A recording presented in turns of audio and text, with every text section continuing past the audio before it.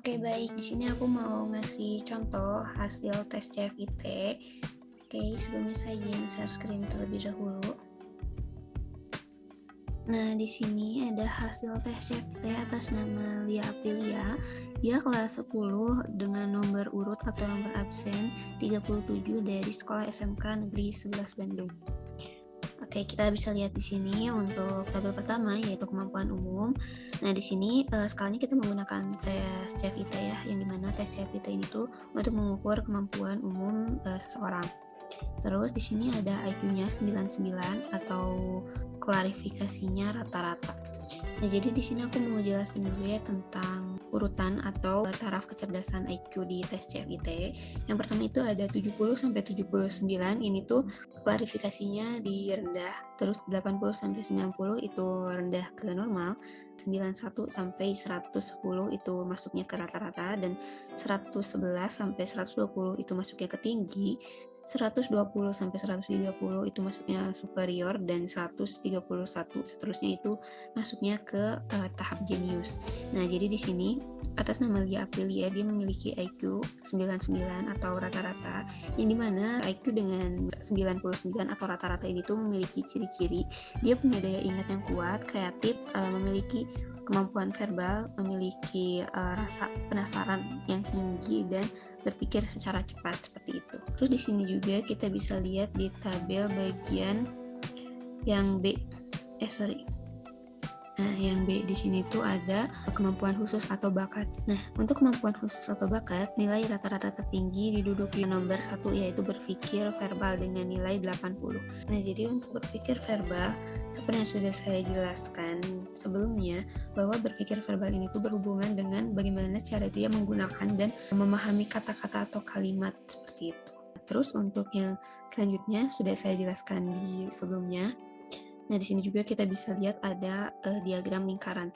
Diagram lingkaran itu untuk mempermudah kita melihat bagian yang paling terbanyak atau terbesar seperti itu. Di sini juga ada ya, yang paling besar itu berpikir verbal. Nah, di sini juga saya membuat diagram batangnya sama seperti diagram lingkaran. Untuk selanjutnya yaitu kita bisa lihat ada tabel minat jabatan.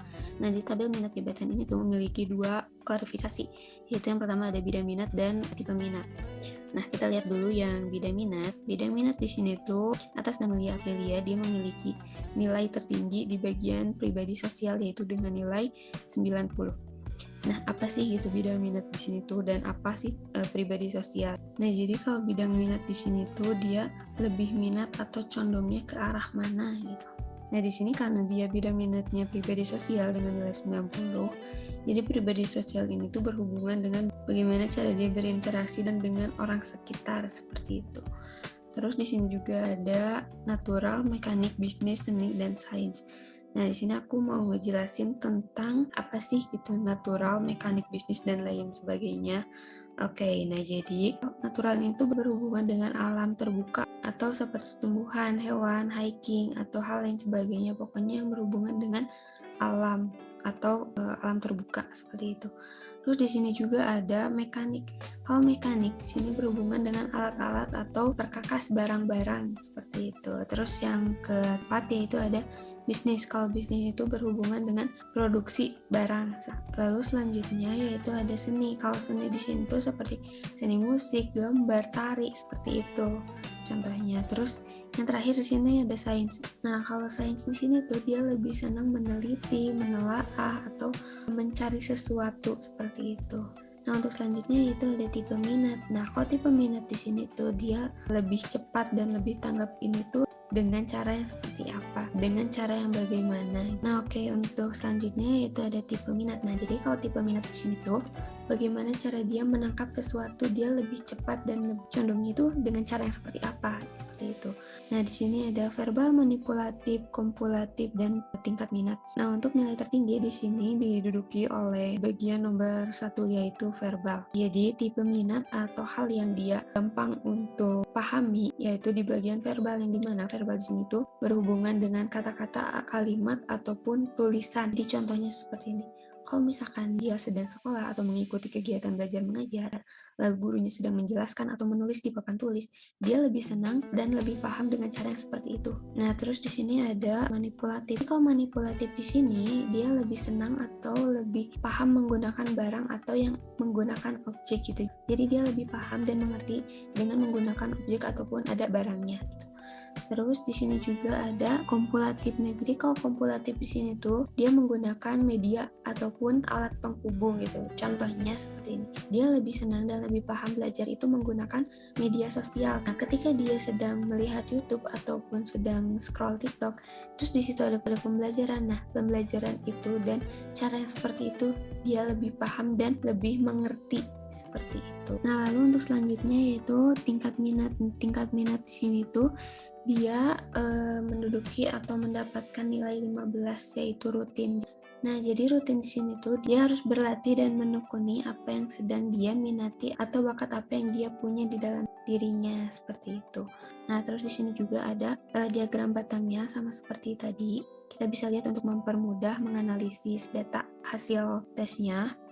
Nah, di sini juga ada interpretasi. Nah, untuk interpretasinya, berdasarkan nilai kecerdasan di atas, sesuai dengan remaja seusianya, peserta didik atas nama Lia Aprilia cukup mampu untuk mempelajari hal-hal yang dianggap baru oleh dirinya. Nah, dia juga memiliki pengetahuan lebih di bidang berpikir verbal, atau yang menjelaskan bagaimana cara dia mengelola bahasa, kosakata, memahami makna kata, dan lain sebagainya. Lalu, dia juga memiliki daya tangkap yang kuat. Nah, untuk bidang minat, dia lebih condong ke hubungan pribadi sosial, yang dimana hubungan pribadi sosial ini tuh hubungan antara teman sebaya ataupun sosialnya, entah itu dengan dunia atau lingkungan pendidikan, lingkungan masyarakat, ataupun lingkungan keluarganya. Nah, baik, untuk selanjutnya yaitu ada rekomendasi. Jadi, di tes CVT ini juga memiliki rekomendasi untuk peserta didiknya yang mengikuti tes CVT ini. Nah, untuk rekomendasi atas nama Lia Aprilia, dia memiliki peluang keberhasilan yaitu bekerja di beberapa bidang seperti pendidikan, penyiar, dosen, guru anak, apoteker, penulis, wartawan, pengacara, atau hal lain sebagainya yang berhubungan dengan sosial dan tulisan. Mungkin seperti itu. Sekian yang bisa saya jelaskan mengenai hasil dari tes CFIT ini. Mohon maaf bila ada kosakata saya yang kurang jelas ataupun kurang dimengerti. Terima kasih. Wassalamualaikum warahmatullahi wabarakatuh.